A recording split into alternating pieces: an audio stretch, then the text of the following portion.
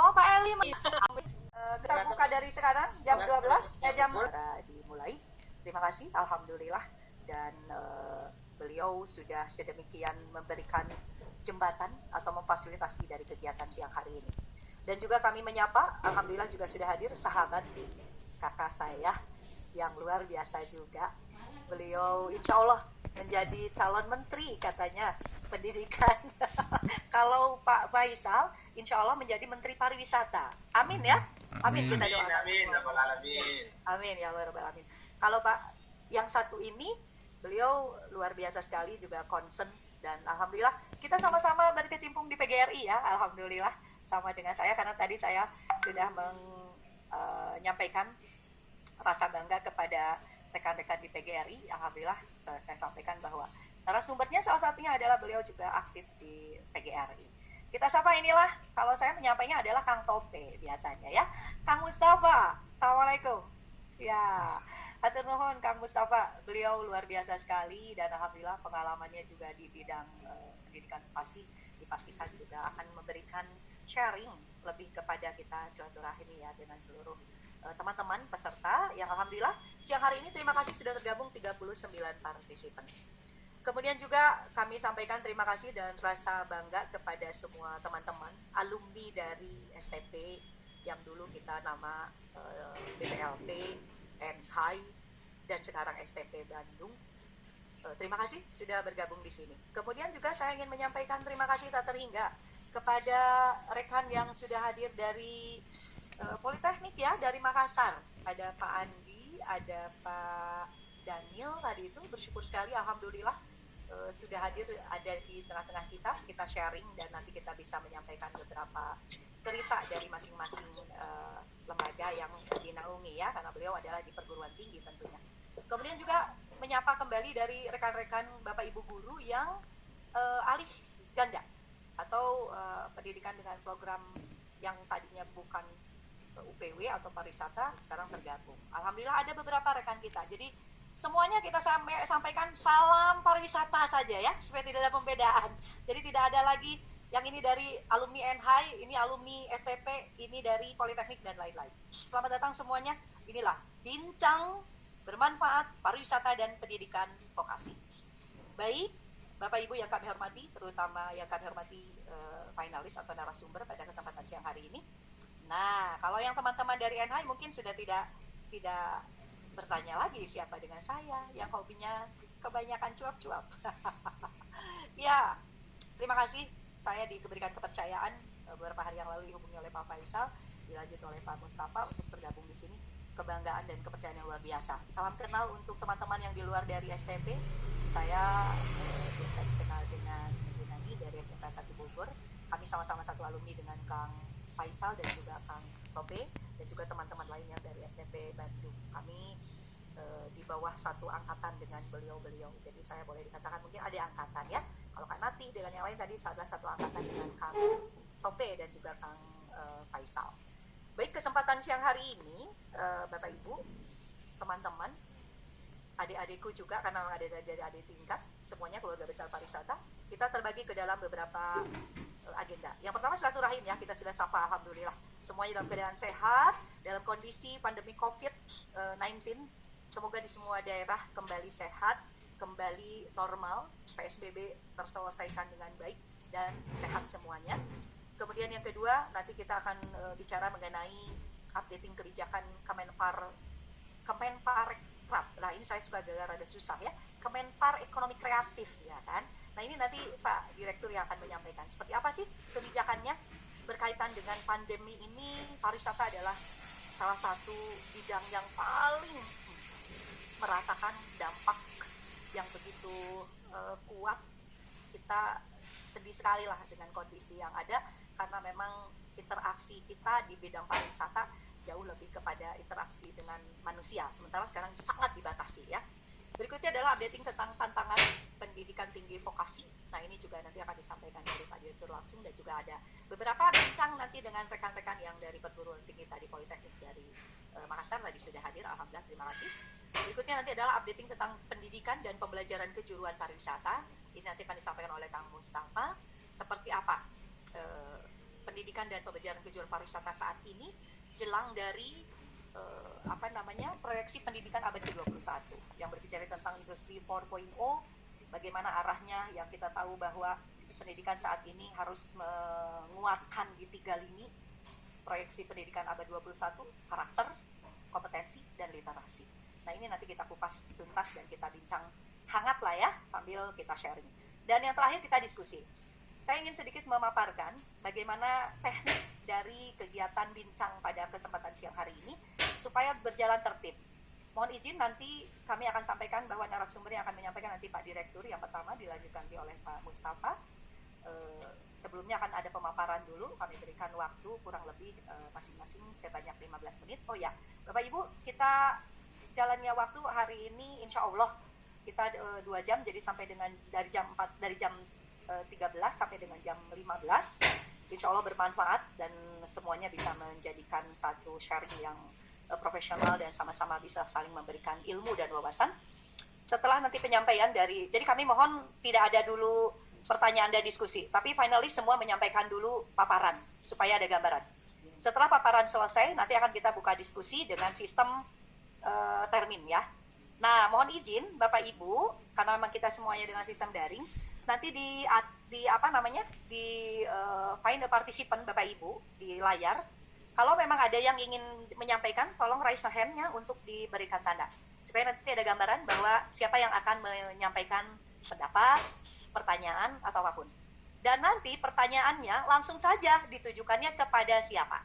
Contoh, raise hand langsung disampaikan, saya akan menyampaikan nanti dari contohnya misalnya adalah Kak Nati ya. Silakan Kak Nati untuk menyampaikan pertanyaan, langsung disampaikan kepada siapa. Jadi Pak Nat, ada 2 panelis yang ada di sini. Kak Nati langsung bilang, saya menyampaikan pertanyaan untuk Pak Mustafa misalnya, ya kan? Jadi nanti sudah langsung sharing dan bisa langsung nanti kita jawab. Mohon izin teman-teman yang hadir di sini, semua partisipan alhamdulillah sudah semakin banyak, alhamdulillah sudah 41 orang. Selamat datang kami sampaikan kepada teman-teman yang baru gabung. Seperti itu aturan mainnya supaya kita tertib dan menghasilkan, setidaknya menghasilkan. Baik Bapak Ibu semuanya, mohon izin Pak Direktur sebelum kita memulai penyampaian materi yang pertama, yuk berdoa bersama dulu yuk. Semoga Allah memberikan ridho, semoga Allah memberikan kekuatan pada kita semua dari pandemi COVID ini dan diambil semua penyakit apapun dan juga virus apapun dari muka bumi Indonesia dan dari seluruh dunia, menjadikan kita sehat, kuat dan bisa kembali berinteraksi normal seperti layaknya hari-hari kemarin sebelum pandemi COVID-19 ini. Baik, untuk yang muslim kita baca Al-Fatihah, bagi yang non-muslim nggak menyesuaikan disilakan. Di Barokatimul Quran Al-Fatihah. A'udzubillahi minasyaitonir rajim. Bismillahirrahmanirrahim. Alhamdulillahirabbil alamin. Iyyaka na'budu wa iyyaka nasta'in. Ihdinas siratal mustaqim. Ghairil maghdubi 'alaihim waladdallin. Amin amin ya Allah ya Rabbal alamin. Terima kasih. Yakinkan Allah meridhoi semua langkah kita pada kesempatan siang hari ini. Satu tujuan, silaturahim bermanfaat untuk semuanya. Amin ya Allah ya Rabbal alamin. Baik, langsung saja Bapak Ibu yang kami hormati, mohon izin kepada Pak Direktur kesempatan yang berbahagia ini. Yang pertama, untuk menyampaikan materinya tadi sudah disampaikan ke saya berkaitan dengan materi beliau. Sebentar, mohon izin saya buka dulu. Ya, ini dia. Baik, beliau akan menyampaikan dari di bincang pendidikan vokasi ini adalah pengembangan SDM vokasi pariwisata dan ekonomi kreatif berbasis industri pariwisata dan kondisi pariwisata dan ekonomi kreatif pandemi COVID-19. Nah, ya alhamdulillah. Aduh, itu kampus kita ya.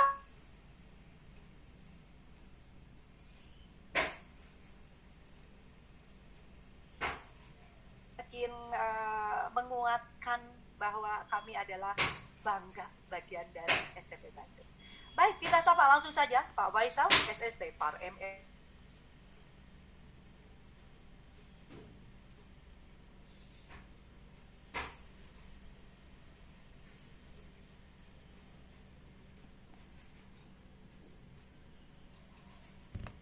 Salam sejahtera bagi kita semua. Om Swastiastu, Namo Buddhaya, salam kebajikan, Sampurasun.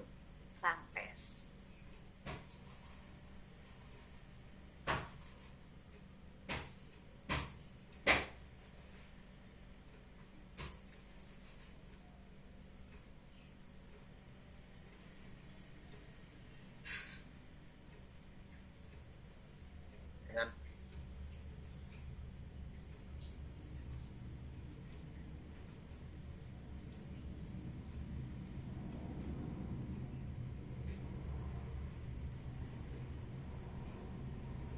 Saya hormati para kepala dinas, sekretaris dinas pendidikan yang join pada kegiatan bincang ini. Yang saya hormati dan banggakan para guru dan dosen di seluruh pelosok Nusantara Republik Indonesia. Pertama, izinkan saya menyampaikan paparan singkat yang terkait dengan bincang pendidikan vokasi dan pariwisata. Yang pertama, jujur ketika saya chat-chatan dan sama dengan Pak Tope, Pak Mustafa, apa yang mau disampaikan Pak Faisal? Saya bilang ide saya cuma silaturahmi sebenarnya. Ide saya hanya ingin kita saling menguatkan di tengah pandemi COVID-19 ini. Yang berikutnya hanya ingin kita berbagi cerita saja. Supaya selama kita berada di rumah, stay at home ini, ada terus kita mampu mengembangkan update informasi dan perkembangan dan bisa kita sharing di masing-masing daerah sehingga kita bisa menjadikan apa yang terjadi di daerah masing-masing menjadi pembelajaran dan juga bisa menjadi sesuatu yang bisa kita laksanakan di tempat kita masing-masing. Jadi hanya itu, cuma mungkin tidak pas bila tidak ada bahan yang saya deliver, akhirnya ya saya coba buatlah satu bahan. Mungkin topiknya fokus saja kepada pengembangan SDM vokasi pariwisata dan ekonomi kreatif berbasis industri dan sedikit mengupdate kebijakan Kementerian Pariwisata dan Ekonomi Kreatif, Badan Pariwisata dan Ekonomi Kreatif kaitannya dengan pandemi COVID-19. Baik pada masa tanggap darurat, terus pemulihan dan juga nanti normalisasi supaya bisa kita juga melihat apa yang dilakukan oleh Kementerian Pariwisata dan Ekonomi Kreatif tentu sesuai dengan tugas dan fungsi.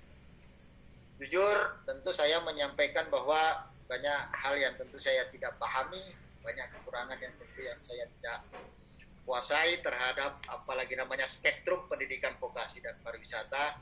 Oleh karena itu saya menganggap semua yang hadir ini merupakan narasumber, bisa memberikan jawaban, bisa memberikan pertanyaan, karena kita sama-sama sharing dan belajar satu dengan lain. Saya ingin memulai promosi STPNHI Bandung. Ya. Wow. Ya dong, promosi dong. Cukup. Ya, satu player dari Mas Menteri, dia Wisnu Tama, ya tentang SBM dengan SMM. SBM itu akan dimulai ujiannya tanggal 3 Juni, ya, dan akan selesai nanti akhir Juni, sedangkan SBM itu baru di bulan Juli. Mungkin selalu bertanya, apa perbedaan SBM dengan SMM? Kalau SBM itu seleksi bersama Perguruan Tinggi Negeri Pariwisata atau PTKL di bawah Kementerian Pariwisata dan Ekonomi Kreatif. Ada 6. Artinya kami terintegrasi menjadi satu di dalam kegiatan penerimaan mahasiswa baru. Jadi mahasiswa bila ingin kuliah di STB Bandung bisa daftar ya online, terus bisa tesnya di Makassar. Nanti kalau memang beruntung bisa lulus dan kuliah di STPN Bandung. Jadi itu saja ya SBM. Jadi dia. Yang kedua, polanya kelulusannya ya benar-benar sistem yang meluluskan dengan tentu apalagi namanya persyaratan yang kita sudah sepakati bersama. Sedangkan yang berikutnya kalau SMM seleksi mandiri masuk itu otonom di masing-masing PTNP yang ada. Jadi kamilah yang internal yang memutuskan seperti apa, apalagi namanya materi ujinya dan seperti apa requirement-nya dan seperti apa kriteria untuk meluluskan. Sehingga ini ada ya apalagi namanya intervensi kuat dari kami. Gitu. Jadi itu saja perbedaan. Ya. Berikutnya yang di tengah mungkin kami sampaikan bahwa STB Bandung sejak tahun lalu sudah memiliki program internasional. Ada 2 yang kami sudah kerjasama itu. Pertama Victoria University Polytechnic di Melbourne ya untuk program hospitality di sana. Yang kedua ada IMI yang ada di Swiss ya yang merupakan dulu counterpartnya kerjasama technical assistant antara STB Bandung dengan Swiss ya. Jadi kita membangun kerjasama di sana. Ya programnya itu memang belum bentuknya double degree atau joint degree, tapi masih bentuknya itu apalagi namanya ambil kredit ya atau kredit transfer dan earning kredit ya earning kredit seperti itu polanya. Berikutnya materinya ya biasa saja. Saya kira saya tidak perlu menjelaskan yang seperti ini. Apa itu wisata, pariwisata, kepariwisataan, ini mungkin key point-nya ya untuk merefresh kita kembali semua tentang perbedaan pendefinisian daripada wisata, pariwisata, dan kepariwisataan.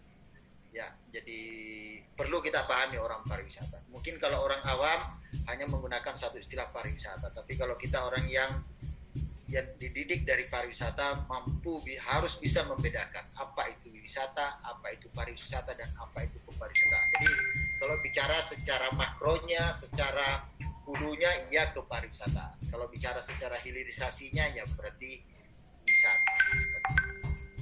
Industri pariwisata, artinya saya ingin mengatakan begini, bahwa pendidikan vokasi apapun di dalamnya, baik menengah vokasi maupun nanti tinggi vokasi, itu tentu harus dibangun berbasis industri, berbasis infrastruktur industrinya itu sendiri.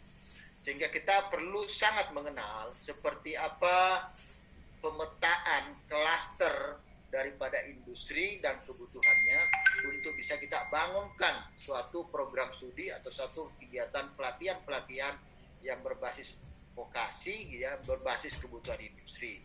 Sehingga inilah yang menjadi basis kita sebenarnya saat ini, diminta untuk merancang kebutuhan-kebutuhan program untuk mampu mengisi apalagi namanya slot-slot kebutuhan pelaku pariwisata atau SDM pariwisata yang berkompeten sesuai dengan tentu apa yang dibutuhkan oleh industri. Industri yang kita pahami tentu industri secara global dan industri secara nasional. Selanjutnya kalau bicara industri, kalau bicara undang-undang pariwisata, itu kan ada 13 usaha pariwisata, mulai dari tadi sampai spa, 17 subsektor ekonomi kreatif. Tahun 2019 akhir kita kawin lagi dengan ekonomi kreatif, yang selama 4 tahun yang lalu kita berpisah. Tapi sebelumnya pernah, ya, pariwisata dan ekonomi kreatif menjadi pariwisata, sekarang lagi pariwisata dan ekonomi kreatif. Jadi artinya apa? Kami tentu yang di PT KL di bawah Kementerian Pariwisata saat ini diminta tidak hanya fokus kepada 13 bidang usaha pariwisata dan turunannya, jenis-jenis usahanya, tapi kami juga harus mampu melihat sebagai suatu tantangan dan peluang untuk membangun program atau pelatihan yang terkait dengan 17 subsektor ekonomi kreatif, mulai daripada aplikasi digital dan televisi dan radio. Makanya struktur SOTK-nya Kementerian Pariwisata itu ya memang kelihatan kedeputiannya itu ada kedeputian ekonomi kreatif dan ada kedeputian yang terkait dengan pariwisata yang kami dulu selalu diajarkan yang terkait dengan pendekatan pengembangan pariwisata, ya. Sebenarnya bukan, ini 3 ini merupakan simplifikasi kesederhanaan dari pendekatan, ada yang 7, ada yang 5. Ini istilah 3 ini populer digunakan oleh Pak Arif Yahya, akses, atraksi, amenitas. Berdasarkan ini diklasterisasi lah industri pariwisata yang 13 itu menjadi pengelompokan. Nah, kalau dilihat, ya inilah mungkin bentuk pemetaan lingkup industri pariwisata, mana pariwisata yang terkait dengan akses, mana pariwisata yang terkait dengan industri atraksi, mana kaitannya dengan amenitas yang ada. Nah, tentu kita biasanya banyaknya berbicara itu di amenitas, ya, amenitas dan akses. Sedangkan atraksi itu banyak teman-teman biasanya yang membuka program studi destinasi pariwisata. Jadi kalau kita mau sederhanakan ini, akses ini banyaknya travel, amenitas ini banyaknya hospitality, kalau atraksi ini banyaknya tentang destinasi pariwisata. Terus saat ini ada juga yang mengusulkan MICE itu terpisah dari ini, jadi dia berdiri sendiri. Tapi kalau kita lihat dalam struktur ini, MICE itu ada di dalam kelompok amenitas. Turunannya kita sudah tahu, ya, ada turunan dalam Permen 62 jenis usaha pariwisata dengan kode KBLI-nya. Jadi artinya ini KBL ini kode yang ditetapkan oleh BPS, ya, untuk merumuskan yang terkait dengan apalagi namanya usaha-usaha pariwisata yang diakui, yang tentu terintegrasi di dalam sistem usaha di bidang ekonomi di Indonesia secara nasional. Ini mungkin jenis-jenisnya, saya tidak membahas ini secara detail, tapi intinya masih ada ruang buat kita untuk mendorong ada program dan bentuk-bentuk pelatihan untuk memenuhi jenis-jenis usaha pariwisata yang ada karena jumlahnya masih banyak. Ya, tentu ini kita tinggal melihat bagaimana size-nya, growth-nya dan seterusnya untuk melihat ini sebagai salah satu peluang untuk adanya semacam inovasi atau program-program studi kekinian yang bisa kita hadirkan ke depan. Selanjutnya mungkin kita juga paham bersama bahwa milenial saat ini di era digital menjadi salah satu hal yang perlu kita juga apalagi namanya ikuti dan perlu kita hadirkan karena seiring dengan digitalisasi. Saya kira pariwisata sangat saat ini yang akan menjadi faktor pendorong utama sebelum dan pasca nanti itu pasti milenial. Ya. Begitu juga kita dalam dunia pendidikan yang kita didik ini semuanya milenial. Tentu pengelolaan, manajemen pengelolaan, ketersediaan infrastruktur, ketersediaan model-model bahan ajar dan seterusnya tentu harus fit in dengan seperti apa milenial ini, tapi tanpa meninggalkan apa yang menjadi esensi bicara tentang pendidikan, yakni akhlakul karimah atau budi pekerti atau karakter yang menjadi dominan yang harus dibentuk. Karena tentu kita tidak hanya ingin mencetak SDM yang pintar, tetapi juga pintar dan benar. Artinya dia memiliki skill, dia memiliki kapabilitas, tapi jangan lupa bahwa dia harus mampu merepresentasikan nilai-nilai kebaikan, nilai-nilai universal, baik kaitannya dengan esensi ketuhanan maupun kaitannya dengan esensi nilai-nilai hospitality pariwisata yang ada. Saya kira dengan demikian akan sedikit ada perubahan pola berwisata dengan segmen milenial ini. Yakni mulai daripada dreamnya itu ya tentu dia menggunakan akses yang dia punya di genggamannya, terus dia buat plan, book, experience, baru share. Tentu ini merubah daripada bentuk-bentuk pola-pola atau model-model siklus aktivitas perjalanan yang konvensional. Karena kenapa milenial tentu sangat dekat dengan marketplace atau aplikasi atau platform yang tersedia yang ada saat ini, sesuai dengan tentu zaman. Tentu slide ini ingin menampilkan bahwa SDM Parekraf di era revolusi 4.0 ada 7 parameter. Ya, inilah menjadi tugas kita semua untuk memblended, ya, untuk memfit-inkan nilai-nilai karakter ini ke dalam mahasiswa, tentu profesional, ya, praktisi, ya, gigih, kan gitu ya, percaya diri, terbuka, pelayanan dan kompetitif. Tentu banyak literasi-literasi yang lain yang memberikan preferensi buat kita untuk menyusun seperangkat karakter-karakter SDM Parekraf. Tapi inilah yang digunakan sebagai salah satu rujukan dari Kementerian Pariwisata untuk melihat seperti apa kualitas karakter SDM pariwisata dan ekonomi kreatif. Saya sedikit ingin masuk di era Pak Wisnu Tama, pendekatan pariwisata itu dirubah. Kalau masih zamannya Pak Arif Yahya, pendekatan pariwisata itu pendekatannya kepada ke quantity, ke jumlah, ya, ke number oriented. Sedangkan Pak Wisnu Tama ini mendapat tugas dari Presiden bukan pendekatan number, tapi pendekatan quality tourism experience. Tapi lebih kepada spending, lebih kepada long stay-nya, ya, length stay-nya, seperti itu yang diharapkan, ya, yang diharapkan, sehingga nanti dia berkontribusi signifikan terhadap besaran nilai devisa yang diperoleh. Ya, ada nilai-nilai yang tentu diharapkan, sebagaimana kita tahu bersama bahwa di tahun 2019 dan diletakkan di tahun 2020, diperkuat di 2020. Bahwa fokus pemerintah itu kan pada SDM, sehingga nilai-nilai utama juga di dalam pengembangan pariwisata, SDM terampil ini menjadi salah satu prioritas yang harus mampu diprioritaskan bukan hanya dari sisi kebijakan, tapi juga dari dukungan anggaran dan program untuk bagaimana kita bisa menghasilkan SDM sesuai dengan semangat yang ada. Saya kira ini hanya penjabaran saja, from quantity tourism to quality tourism, yang harus kita pahami bersama bahwa pendekatan membangun pariwisata dan ekonomi kreatif saat ini di frameworknya Kementerian Pariwisata dan Ekonomi Kreatif bicaranya tentang quality, ya, quality. Jadi artinya quality spending, quality hari, kan gitu ya, quality experience, ya, itu semua yang diharapkan. Tidak butuh terlalu banyak frekuensinya, tetapi kita harus mampu mengelola, karena carrying capacity juga kita tentu juga menjadi pertimbangan. Saya sedikit masuk tentang pandemi COVID-19. Saya kira ini yang menjadi salah satu isu yang sangat kontekstual saat ini untuk bisa kita bicarakan, untuk bisa kita berperan.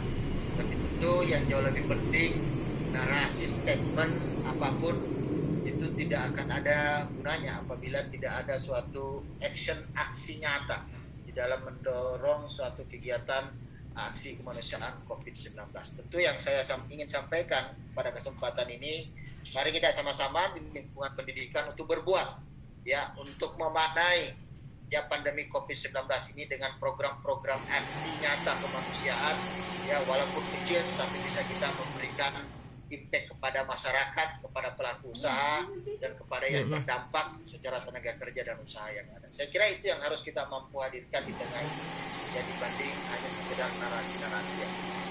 Nah, tentu dalam perspektif Kementerian Pariwisata sudah dilihat bahwa wabah COVID-19 ini memiliki dampak yang sangat luar biasa terhadap industri pariwisata. Industri itu industrinya kolek, sumber daya manusianya, pelaku usahanya, ya banyak yang di PHK, banyak yang dirumahkan, banyak yang digaji hanya seperempat, setengah, ada yang dirumahkan tapi tidak digaji. Itulah kondisi yang ada saat ini. Yang jumlah tenaga kerja kalau secara nasional itu ada 13 juta kalau menurut data Kementerian Pariwisata dan Ekonomi Kreatif. Tapi kalau yang terdampak ini, itu kalau catatan di kementerian itu kurang lebih sekitar setengahnya ya terdampak. Ya tentu juga kita lihat ada statement bagus, terdampak paling awal, beresiko tertular salah satu yang paling tinggi, berpotensi paling terpuruk, dan pulih paling akhir. Ya, makanya ini memang menjadi PR buat kita, bagaimana nanti pasca pandemi COVID-19 ini ada proses mitigasi, recovery, pemulihan, sehingga nanti kita akan memasuki normalisasi yang ada. Pendekatan yang ada sekarang itu katanya akan ada namanya new, apalagi namanya tourism, ya kan, new normal tourism. Artinya apa-apa yang kita jalani selama pandemi ini itu sebagian daripada protokol kesehatan itu akan tetap berlanjut, sehingga tentu ini akan merubah apalagi namanya tatanan-tatanan di dalam memberikan treatment dan layanan pada wisatawan. Ini tahapan yang dibuat oleh Kementerian Pariwisata. Mudah-mudahan sesuai dengan BNPB bahwa kita akan selesai di tanggap darurat ini tanggal 29 Mei 2020. Walaupun banyak hasil riset dan banyak berita kemungkinan bisa lewat, ada di Juni, bahkan ada yang sampai di September. Tapi tentu kita berharap melalui bulan suci Ramadan ini COVID-19 ini segera diangkat dan bisa kita menjalani aktivitas kita secara normal kembali melalui tahapan pemulihan yang akan dimulai bulan Juni sampai Desember. Jadi normalisasinya itu baru tahun depan.